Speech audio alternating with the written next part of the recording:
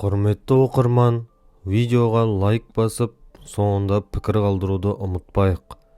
Және әңгімені соңына дейін тыңдаңыз. Әсел дүкенді аралап, тауарларды түзеп жүрді. Ол ауысымның соңына дейін шыдай алмайтынын түсінді. Таңертең оянғанда өзін нашар сезінген еді. Бірақ ол жай ғана дұрыс ұйықтай алмадым деп ойлады. Және түске қарай жағдайы жақсарады деп үміттенді. Бірақ жағдайы күннен күнге нашарлай берді. Үйге сұрануға ыңғайсыз болды. Сондықтан әйел ауысымды аяқтауға шешім қабылдады. Түскі астан кейін дүкеннің басшысы Әселден «Жағдайың қалай? Мен сенің сыртқы түріңді ұнатпаймын» деп сұрады. Ол сол жерде Әселдің маңдайына қолын қойды. «Сен жанып жатырсың. Неге ауырып тұрғаныңды айтпадың? Неге мұндай жағдайға ауысымға шықтың? Мен бұл соншалықты нашар болады деп ойлаған жоқпын» деп жауап берді Әсел. «Жарайды, бар, емдел. Ертеңде шықпасаң болады. Мен сенің орныңа біреуді табамын. Әйтпесе мені де жұқтырасың», деді басшы. Әсел жұмыстан шығып, не істерін білмеді. Күйеуіне телефон шалды, ол алмады. Әсел үйге барғысы, жылы көрпеге оранып, ұйықтағысы келді. Бірақ үйде дәрі де, тамақ та жоқ еді. Жақында ол дәрі жинағышты қарап шығып, жарамдық мерзімі өткендіктен барлығын дереу лақтырып тастаған болатын. Ең жақын дәріханаға барып, қажеттінің бәрін сатып алу керек. Содан кейін такси шақырып, үйге қайту керек еді. Ең жақын дәріхана сауда орталығында 5 минуттық жерде болатын. Қажеттінің бәрін сатып алған Әсел супермаркетке кіруді шешті. Кешке күйеуі мен ұлы қайтып келеді. Ал кешкі аста ештеңе жоқ. Бірақ супермаркетте бәрі жоспар бойынша жүрмеді. Азық-түлік толы арбаға толды. Әйел өзін-өзі ұрсып, әрең-әрең сатып алған заттарды көтеріп, эскалаторға қарай бағыт алды. «Менің бұл жерден тезірек кетуім керек», деп ойлады әйел. «Әйтпесе мен тағы бірдеңе есіме түсіремін». Жоғары көтеріліп, шығар есікке жете беріп, ол кенет тоқтап қалды. Сауда орталығының шыны есіктерінің арғы жағында көшеде таныс бейне көрінді. Күйеуі. Дәл солай оның шалбары мен күртесі. Бірақ алдында келе жатқан адам көріністі жауып тұрды. Әсел қадамын жылдамдатты. Ол күйеуін тезірек қуып жеткісі келді. Ол Әселді үйге апарып көмектесу үшін. Кенеттен Әселді жауып тұрған адам бұрылыстан бұрылды. Әсел қолындағы пакеттерді байқаусызда түсіріп ала жаздады. Оны күйеуі белгісіз бір әйелдің қолынан ұстап бара жатты. «Бұл не?» деп ойлады Әсел. «Бұл кім? Демеу маған опасыздық жасап жүрме? Бұлай болуы мүмкін емес». Ол сумкаларын еденге қойды. Оларды ұстай алмайтын еді. Әрі қарай жүруге де құлқы жоқ еді. Бұл жағдайдың ақылға қонымды түсіндірмесі болуы мүмкін бе? Ол телефонын алып, күйеуіне қоңырау шалды. Қоңырау шалынған кезде ол телефонын алып, экранға қарап, жай ғана тастай салды. Ұялы телефонын қайтадан қалтасына салды. Ер адам серігінің қолын босатып, оны белінен құшақтады. Енді Әселде ешқандай күмән қалмады. Бұл оның көңілдесі еді. Әйел қатты қызды, жүрегі қатты соғып, маңдайындағы тамырлар тартылып, беті қызарып, шыдай алмайтын ыстық сезілді. Ол пакеттерді лақтырып жіберіп, айқайлап, реніштен, ашудан және қорлықтан шашын жұлғысы келді. Ол қалайша? Оған не жетпеді? Оны қуып жетіп, жұрттың көзінше бетінен тартып жібергісі келді. Бірақ оның орнына ол орындыққа жетіп, әлсіреп оған отырды.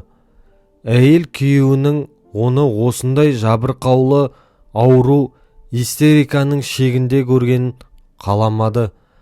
Қалтыраған қолдарымен телефонын алып, такси шақырды. Ол бәрін өз көзімен көрді. Күйеуінің басқа әйелді құшақтағанын, әдемі әйелді. Күйеуі оны өз көлігіне қалай отырғызды. Қалай тез арада көлікті айналып өтіп, жолаушылар есігін ашып, оған қолын ұсынды. Мен үшін ешқашан есік ашпаған еді, деп күлді Әсел. Содан кейін көлік баяу тұрақтан шығып, демеудің жұмысынан қарама-қарсы бағытқа қарай жүріп кетті. Әсел не болғанын түсінбей қалды. Таксидегі сапарын баспалдақпен көтеріліп, пәтеріне қалай кіргенін нашар есінде сақтады. Оянған кезде ол тартпадан қызыл өлшегіш парацетамол таблеткаларының қорабын көрді. Демек, мен температурамды өлшеп, таблетка ішкенмін ғой, деп ойлады әйел. Қызыл өлшегішті қолына алып, 39-да 7 көрсетіп тұр. Апырай. Әрине, оның өзін нашар сезінуі таңғаларлық емес. Қызыл өлшегішті қайтадан қойнына қысып, ол кереуетке құлады. Ал естеліктер жаңа күшпен қайта жаңғырды. Демеу көңілдес. Бәлкім бұл жай ғана түс шығар. Бәлкім күйеуі қазір жұмыста отырған шығар, және оның азаптары туралы білмейтін шығар. Құдайым, егер бұл бәрі де солай болса, қандай жақсы болар еді. Температурасы сәл түсті, бірақ әлі де жоғары болды. Ол тағы дәрі ішіп ұйықтап қалды. Ұйқыдан бірнеше сағаттан кейін оянып, ол өзін жақсы сезінді. Жан дүниесі емес, денесі ғана еді. Ылғалды футболкамен ол кереуеттен тұрып, өзіне айнаға қарады. Көз жасынан беті ісіп кеткен. Көздің орнына 2 саңылау ғана қалған. Сұлулық. Минут санап ұлы қайтып келеді. Ал Әсел оның алдында осындай жағымсыз кейіпте пайда болғысы келмейді. Ол оған көз жасының себебін қалай түсіндіреді, және жалпы бұдан әрі қалай өмір сүру керек? Бұл әйел кім? Сұрақтар өте көп, бірақ жауаптар жоқ. Кенеттен Әселдің басына бір ой келеді. Камила, міне оған көмектесе алатын адам. Бұл демеудің туған қарындасы еді. Олардың арасындағы айырмашылық 1 жыл ғана болатын. Олар бала кезінен өте жақын болған, және ол демеу туралы бәрін білетін. Әсел асығыс түрде киініп, такси шақырды.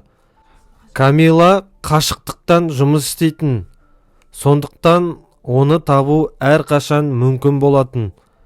Есікті ашып, кім келгенін көріп, күлімсіреді. Камила әрқашан ағасының әйелін көруге қуанышты болатын, бірақ Әселдің жағдайын көріп, күлкісі бірден алаңдаушылыққа өзгерді. Әсел, не болды? Сені кім ренжітті? Сәлем, Камила. Сенімен тез арада және мүмкіндігінше жалғыз сөйлесуім керек. Әрине, кір. Мен жалғызбын. Күйеуім жұмыста. Сен жылағансың ба? Әсел бірден оны қызықтырған сұрақты қоюды шешті. Камиланың бұлтаруға мүмкіндігі болмас үшін тура бетіне: Камила, мен бәрін білемін. Мен демеудің көңілдесі бар екенін, және сен де бәрін білетініңді білемін, деді. Мұны айтқан әсел іштей Камиланың оны жоққа шығарып, бұл өтірік деп айтуын қатты қалады. Бірақ ол оған қарап, кейін көзін алып қашып, ауыр түрде күрсініп, «Жүр, ас үйге барайық, мен саған шай құйып берейін. Әңгіме оңай болмайды», деді. Камила әселді ас үйге алып барды. Содан кейін ауыр күрсініп, орындыққа отырды. Бірақ әсел тұра берді. «Созба», деп сыбырлады қонақ. «Менен не естігің келеді?» деп бастады Камила. «Иә, мен бәрін білемін. Басынан бастап. Айша мен олар өте ертеден сіздің үйлену тойыңызға дейін таныс. Бұл демеудің бірінші махаббаты. Және одан кейін сенімен кездескен. Ол оған жай ғана құмар болған. Содан кейін олар ұрсып қалды. Мен оларды татуластырғым келді. Кімде болмайды. Бірақ бәрі әлдеқайда күрделі болып шықты. Жақында біз Айшаның тұрмысқа шыққанын білдік. Сол кезде демеуде сен пайда болдың. Әсел, сен онымен бірнеше ай ғана кездескенін және ол бірден саған ұсыныс жасады. Бірақ тіпті осыған қарамастан сендер керемет өмір сүрдіңдер. Мен шынымен де айтсам, олардың бұл қарым-қатынасты не үшін қайта бастағанын түсінбеймін. Менің білуімше, Айшаның күйеуі бар және оны жақсы көреді. Сендер де бәрі жақсы.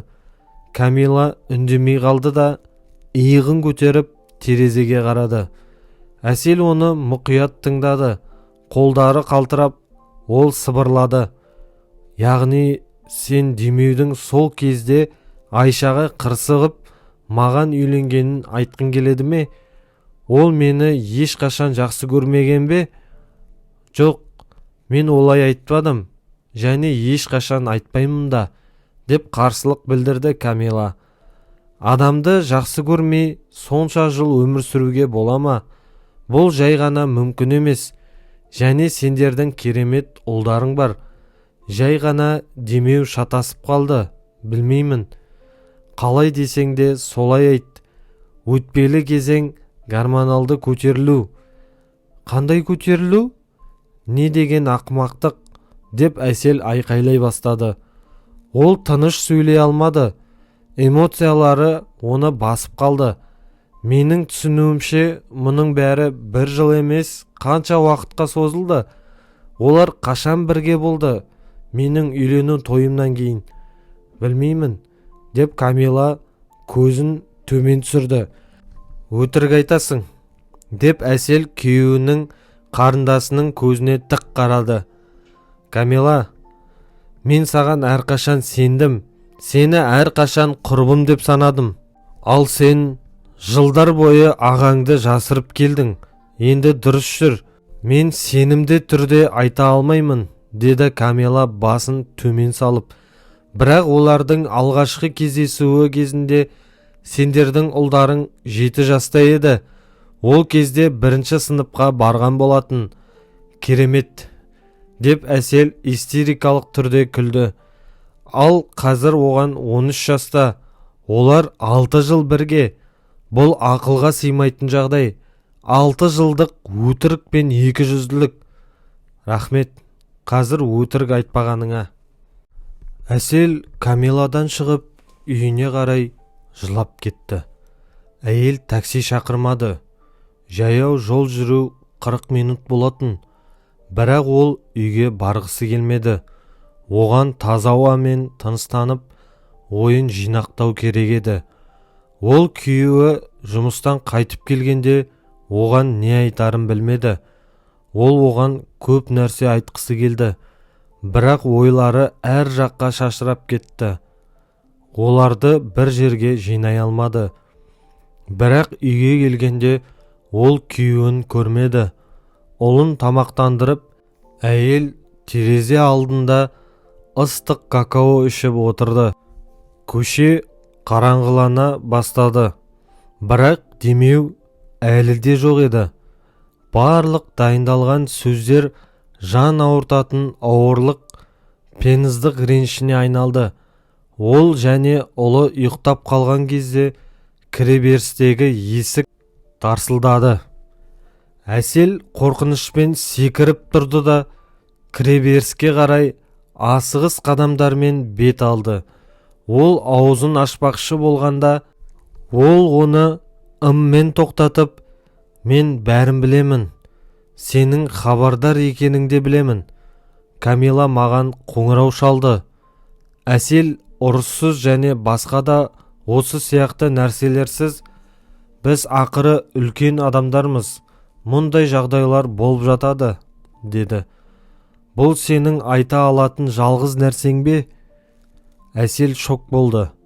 Ал сен менен не естігің келеді? Кешірім? Сен маған 6 жыл бойы көзіме шөп салып келдің. 6 жылдық өтірік. Аз ба? Бұл сенің бұрынғы болғаның былай тұрсын. Сен маған оған қарсы үйлендің бе? Міне бұл жерде сен қателесесің, деп оны демеу бөліп тастады. Мен саған үйлендім.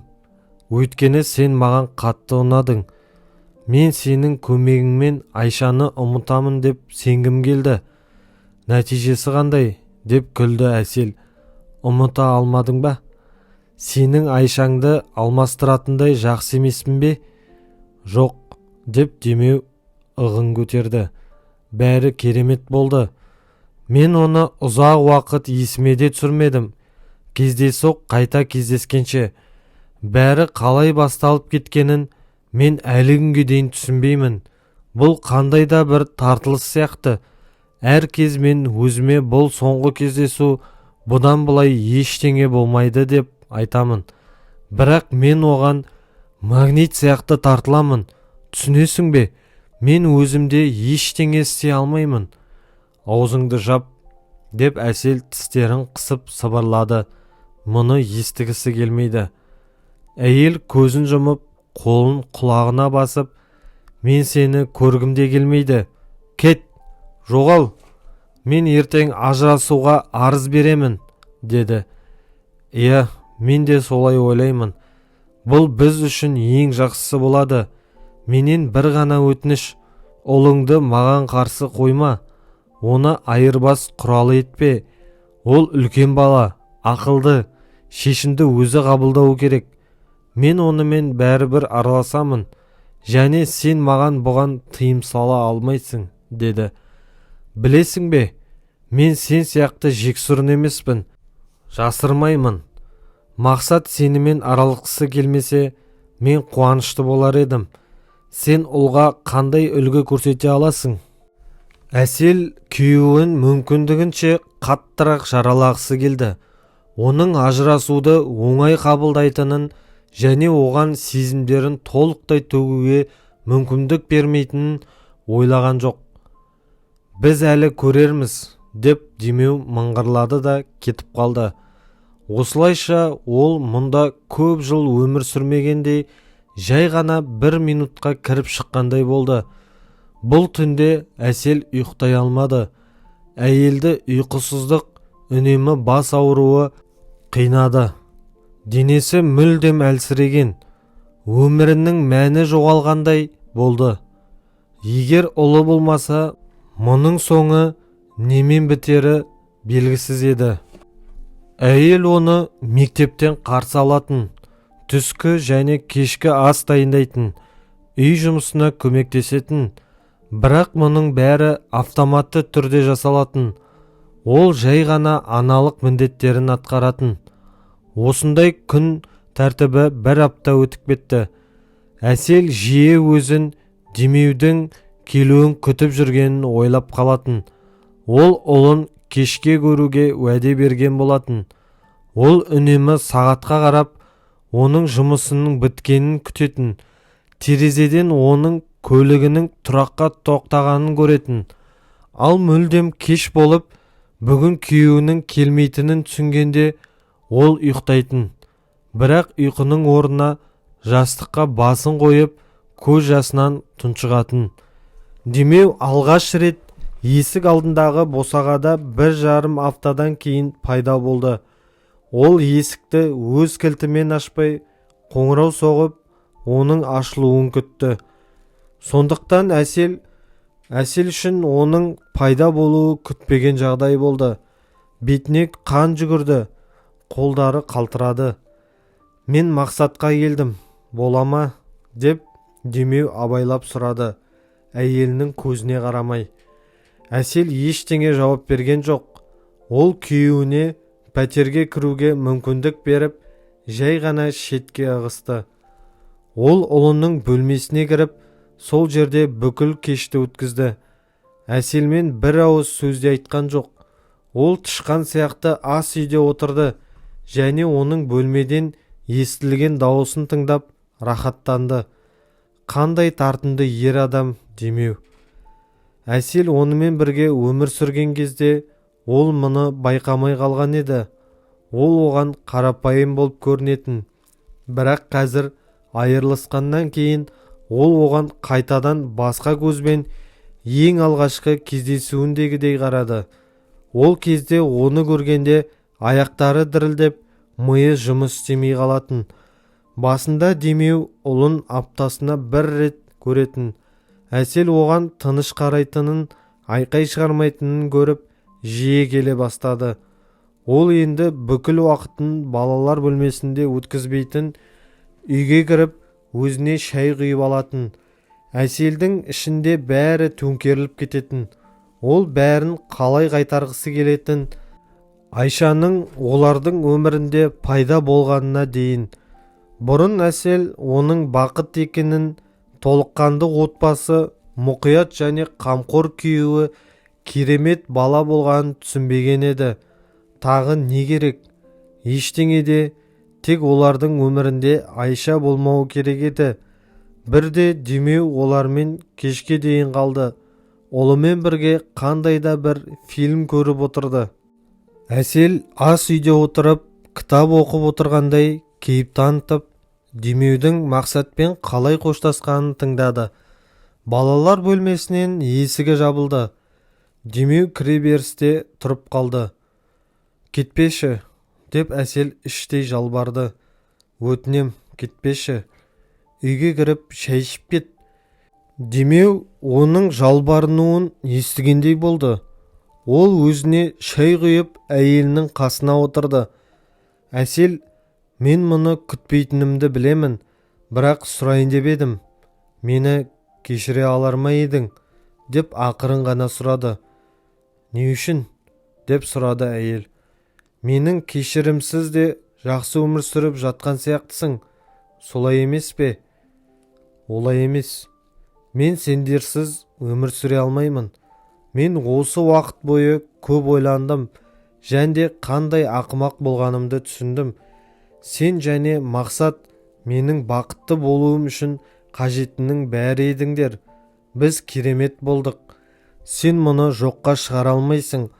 Ал қазір сендерсіз мен жай ғана өмір сүре алмаймын.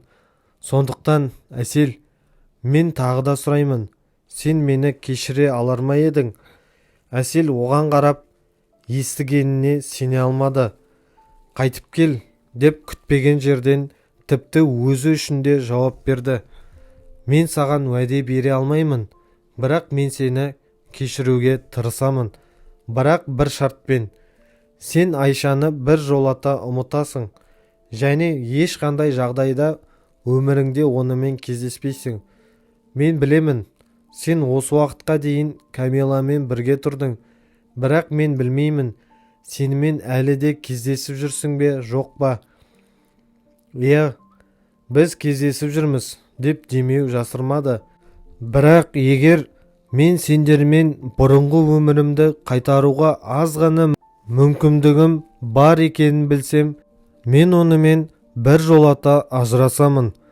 Мен саған қазір сенбеймін», деп Әсел иығын көтерді. «Қаншалықты қаласам да. Жай ғана мені ренжітпе, және тағы бір нәрсе», деп ол жоғары қарай нұсқады. «Мен сенің әлеуметтік желілеріңе және телефоныңа қол жеткізе аламын, және кез келген уақытта бәрін тексере аламын. Ренжіме, бірақ мен сен туралы бәрін білуім керек. Егер сен менің шарттарыма келіссең, онда қош келдің. Әйелдің қойған шарттары ер адамды сәл де болса кемсіткендей болды. Демеу басын изеді. Әсел, мен саған уәде беремін. Сен менің ешқашан ренжітпейтініме сенімді боласың. Егер біз қайтадан бірге болсақ, мен ешқашан, естисің бе, ешқашан Айшаға қарамаймын. Өкінішті, әрине, менің сөзім саған жеткіліксіз екені. Сол түні Демеу мен Әсел бірге қалды. Бір апта өтті. Олар керемет өмір сүрді. Бірақ Әсел тыныштана алмады. Ол күйеуін кешіре алмайтынын түсінді. Жан түршігерлік, барлығын жұтып қоятын қызғаныш оны іштен жеп жатты. Бұл одан да ауыр болды.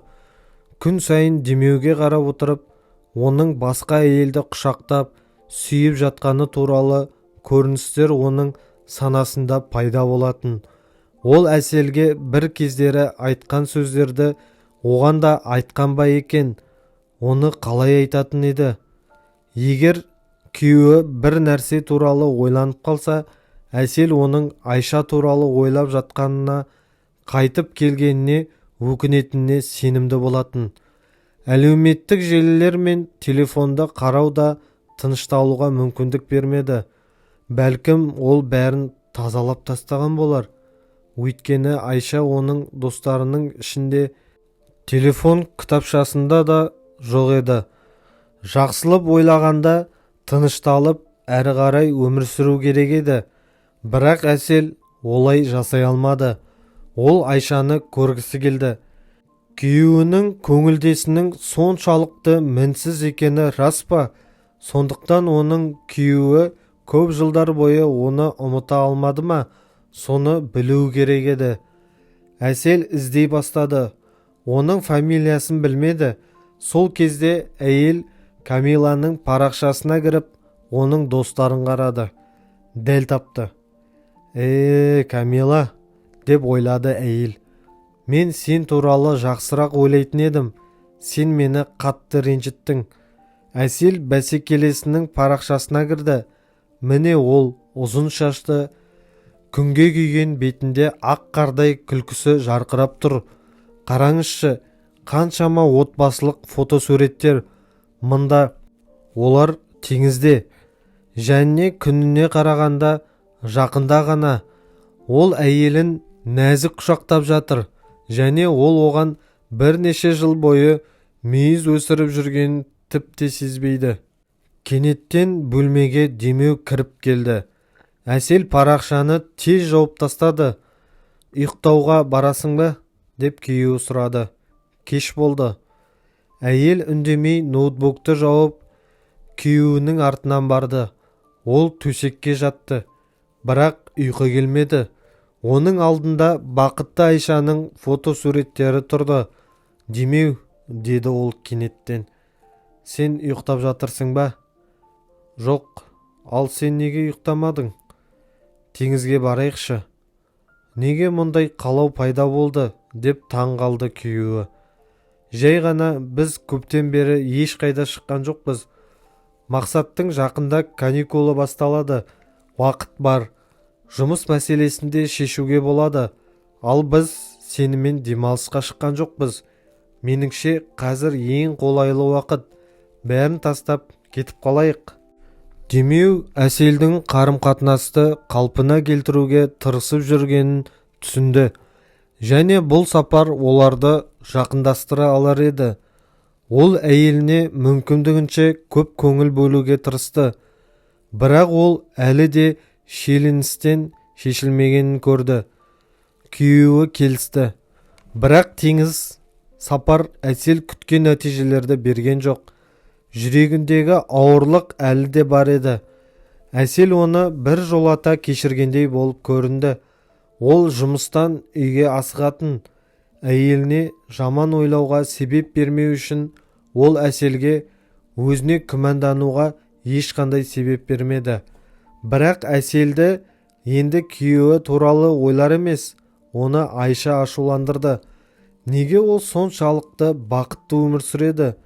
Майдағы ірімшіктей домалап, өмірден ләззат алады. Неге оның күйеуі әйелінің опасыздығы туралы білмейді? Егер ол білсе, Әсел сияқты оны да қорлар еді. Бұл әділетті болар еді. Бірде түнде Демеу қатты ұйықтап жатқанда, ол ақырын тұрып қонақ бөлмесіне барды да ноутбукты ашты. Оның керемет басындағы жоспар көптен бері пісіп жетілген еді, және бүгін оны жүзеге асыруды шешті. Бәсекелесінен кек алу жоспары. Айшаның күйеуінің парақшасын Әсел тез тапты.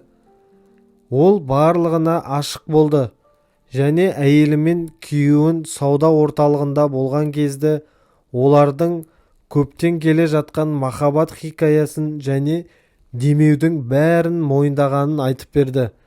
Әйел хатын күйеуін жақсылап қарайтын шығар деп ол жіберу батырмасын басты. Бір сәтте күмәндердің үстем болатынын және ол ойын өзгертетінін білемін деп ол өзінің жаман ісін аяқтап, қуанышты күлкісімен ноутбукты жауып тыныш ұйықтауға кетті. Енді ол разы болды деп ойлады Әсел. Хатта ол сәл асылық айтты. Жазғандарының бәрі шындыққа жанаспайтын еді. Қазір ол күйеуінің Айшамен кездеспейтініне сенімді болды.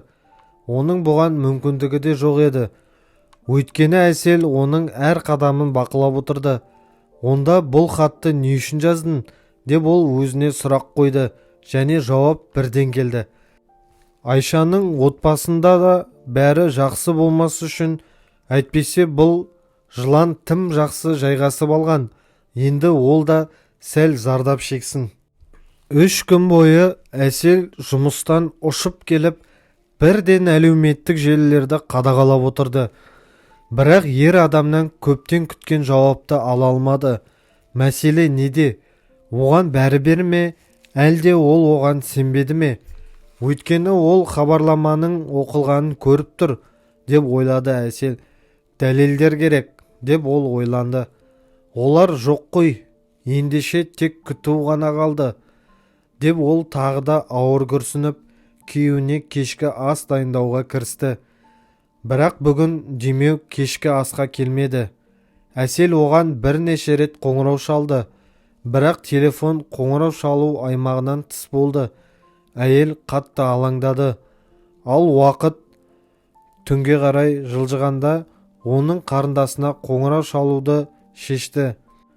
Камила қоңырауға жауап беріп, Әселге сөз айтуға да мүмкіндік бермей, бірден трубканы көтеріп айқайлады. Саған не керек? Сен онсыз да іс тындырдың ғой.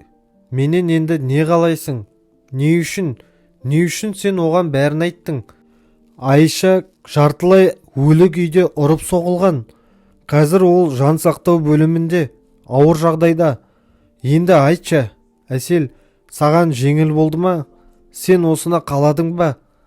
Содан кейін Камила трубканы тастап, Әсел оған қайта қоңырау шалуға тәуекел етпеді. Әрине, ол мұны қалаған жоқ. Кім білген? Айшаның күйеуінің реакциясы дәл осындай болады деп. Бірақ Әсел өзін кінәлі сезінбеді. Қатысы бар болды да, кінәлі емеспін деп ойлады. Әйел терезе алдында түн ортасына дейін отырды. Сол жерде қолын басына қойып ұйықтап қалды. Демеу тек таңертең ғана қайтып келді. Оның жүзінде, қалай айтады, ешқандай өң жоқ еді. Сен түн бойы қайда болдың? Деп сұрады әйел. Күйеуінің жауабын алдына ала біле тұра, не үшін? Деп сұрады Демеу. Оның сұрағын естімегендей, не үшін сен мұны істедің, Әсел? Мен сенімен сонша жыл өмір сүрдім, бірақ сенің соншалықты кекшіл және ақымақ екеніңді ешқашан ойламаған едім. Менің сөзім саған аздық етті ме? Мен кездеспейтінімізді, арамыздағының бәрі біткен айттым ғой. Мен сендермен өмір сүріп, Айша туралы ойламауға және еске түсірмеуге тырыстым. және бұл шықты. Мен түзеттім деп сендім, және сен ақыры тынышталдың деп ойладым. Бірақ жоқ, сен кек алғың келді. Мен сен туралы жақсырақ ойлайтын едім. Бірақ сенің істегеніңнен кейін мен сенімен бірге бола алмаймын. Бұл жолы мен сенен өзім кетемін. Сен әрине Айшаға барасың ба? Деп сұрады әйел. Иә, ол өте ауыр жағдайда. Оған менің қолдауым керек, және ол оны алады. Күйеуі онымен ажырасуға арыз берді, және енді біз бірге бола аламыз. Мен сенің соңғы мақсатыңды білмеймін, бірақ меніңше сен мұны қаламаған шығарсың. Демеу тез бұрылып, есікті қатты жауып шығып кетті. Қайтып кел, деп сыбырлады Әсел, бірақ оны ешкім естімеді. Ол қайтадан басын қолына салып қатты жылады. Мен не істедім? Деп ол өзін өзі жегідей жеді.